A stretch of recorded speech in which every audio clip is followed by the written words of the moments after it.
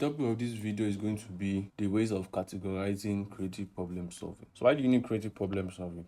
I'm sure by now you've understood that there are some problems you face in life. Your parents can't give you the answer to it, society can't give you, your friends can't give you, and the government can't give you the answer to it. You have to solve them by yourself. These are problems that there are no answer to them. Then when there's no answer to a problem, you have to create your own solution. Okay, so that's the value of creative problem solving, and you can apply it. You apply it to your own life, you apply it in your personal life, and you apply it in your career. So along the path of your life, you're going to have thorny problems, right? And those problems are not going to have solutions. So you need to be creative in how you go about solving your problems. And that led me to seeing creative problem solving as being categorized in different forms. Okay, there is invention, there's innovation. All of this together is creative problem solving. What makes creative problem solving invention depends on how it is being expressed. What makes it innovation depends on how it's being expressed. What makes it creative thinking depends on how it is being expressed. So we all know what an invention is, Abi. You have somebody who can build things, right? Inventions are physical products, something that you can touch and see, like a plane, an air conditioner. The invention is used to talk about creating product that has not been made before. Remember, human beings have technology and products so that we can solve our problems. So any technology you have, even your phone is a solution to the problem of communication. Okay, because with the phone you can go online, you can communicate with someone that is thousands of miles away. You can call, you can go on social media, easy communication, right? So the phone, okay, is an invention that solves the problem of communication, and it's also physical. So they are physical products, right? You can touch, you can feel them. A building too, okay? A new type of building. Remember, creative problem solving, they talk about new solutions. A solution that is new, because it is the whole point of creating something is that it didn't exist before, then you created it. So the solution did not exist before, then you made it. So that's an act of invention. So if it's a specific type of building that does something, or is better than all the buildings, it's better than the ways people have been building, people have been creating such buildings. That new building is an invention before other people begin to adopt it. So there was a point when the phone did not exist, and there's a point when it existed. Okay, the first person that made it, okay, person invented the phone or the building, whatever it is. Okay, invention, physical stuff. And if you look at innovation too, right? An invention is an innovation because you can see that innovation covers both invention. It has another area that is not an invention. All these areas are not invention, right? I remember I said inventions are physical products. Okay, when it comes to innovation are part of innovation, but innovation have other things too, and that is innovation grows to include processes, techniques, okay, a way of doing something, right? So a new system of government, the new system of government is being applied. Remember, creative problem solving helps. Remember, there's problem there, right? You are solving human problem. So they come up with this idea, this new system of government. There is zero corruption, okay? Now, this is not an invention in that the product or the thing itself is not a physical product. It is a process or a system. Democracy is a system product. It's just a way of organizing the government that's giving us this freedom. Even though some people will argue that democracy is not, the freedom under democracy is a lie, But that's the point of innovation. It is a process or a way of doing something. Invention is physical product.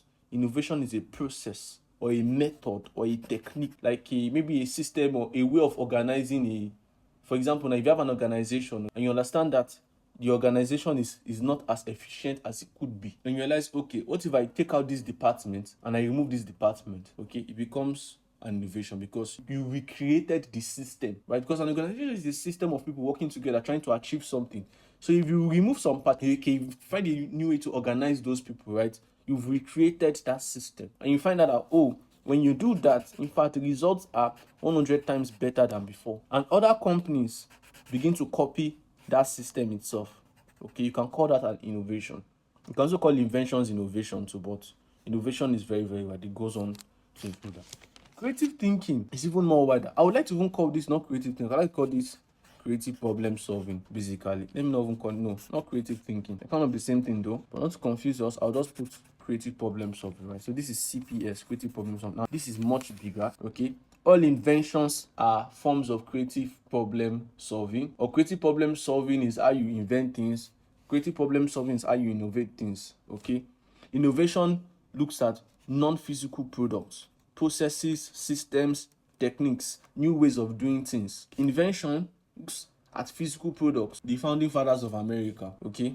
I think they were people that abolished slavery. They removed slavery. Those are innovation, right? When it comes to the government. Then for creative problem solving, it is more general in that it's not necessarily about systems and physical products. Creative problem solving is, let's just call creative problem solving like the everyday way of applying creativity of it as being more general. So I'll give an example of applying creative problem solving. Let's assume you're in a classroom. Okay? All of you are seated on your table and a bird flies into the classroom. Cute looking bird flies into the classroom. Shit, how do I draw this bird? Okay? It flies into your classroom. And this bird doesn't live. Most of us have been in situations where some kind of animal will just enter into your home or your room. And it's very difficult for you to get the animal out, right? You don't want to kill it. You want it to fly out. It doesn't fly out. Somebody now says, we've tried scaring this animal. We've tried opening all the windows to our classroom. We've opened all the windows. Okay. This animal has not flown out. Then someone says, I have an idea. Why don't we close all the windows and switch off the lights and just open one particular window? We'll leave a particular window open down and the light off, so the classroom is going to be dark. The light only comes from one particular window. Now the bird sees this light and flies out. Okay, this is a much better explanation of creative problem solving, in that no obvious solution. Okay, there's no obvious solution. When we go through life, we like to use solution. For example, if you have a problem, right, maybe you call a friend or you call someone who's an expert or a professional. Oh, I have this particular problem, how do you help me? But there are times when nobody has the answers. We need to create the answers for ourselves. That is the value of creative problem solving. Okay, and it expands to invention. There are problems that humanity is facing right now. So many problems. All this point of entrepreneurship and all these new companies that are making so much money with AI, all these computer companies, there are many of them.